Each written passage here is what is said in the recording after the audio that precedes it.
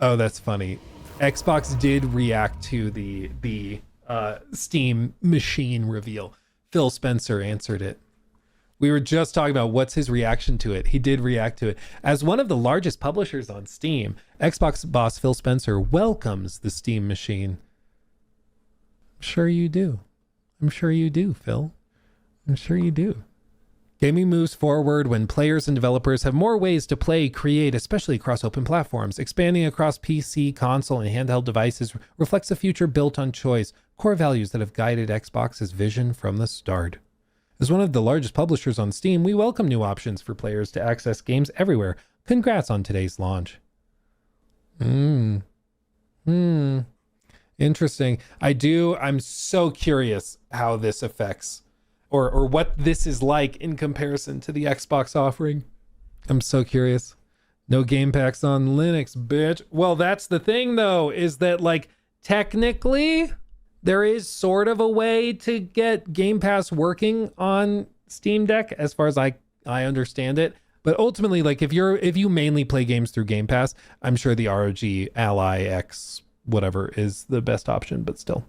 Valve's hardware launch makes Microsoft's earlier comment about hardware make perfect sense now.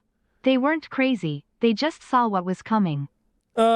Yeah, no, I mean, and I do think that there is a massive spot in the marketplace for an easy to use PC that appeals to console gamers, because there's a lot of console gamers who have money to burn on high-end hardware and they would love to get access to the Steam library and everything, but they just frankly do not like the idea of building a custom PC to set up in their living room because it's too big of an investment and hassle.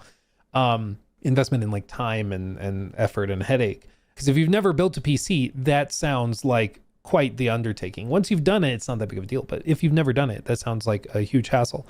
And it also, I think there's just fundamentally a difference. There's two types of gamers, and many people have said this, so I'm not trying to claim it as my idea, but there's like couch gamers and there's desk gamers.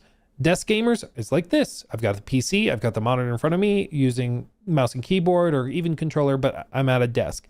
There's other types that like to lounge on the couch with their bucket of popcorn and Doritos, and they vibe and chill. And sometimes there's crossover. People like doing both or whatever, but usually those are the two archetypes, you know?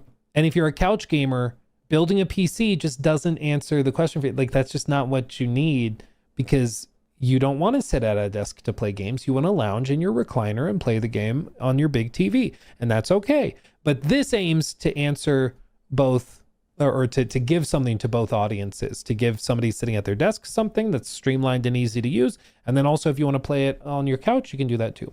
So I think it's a great idea and concept, and I think it's going to be very successful so long as the price isn't insane.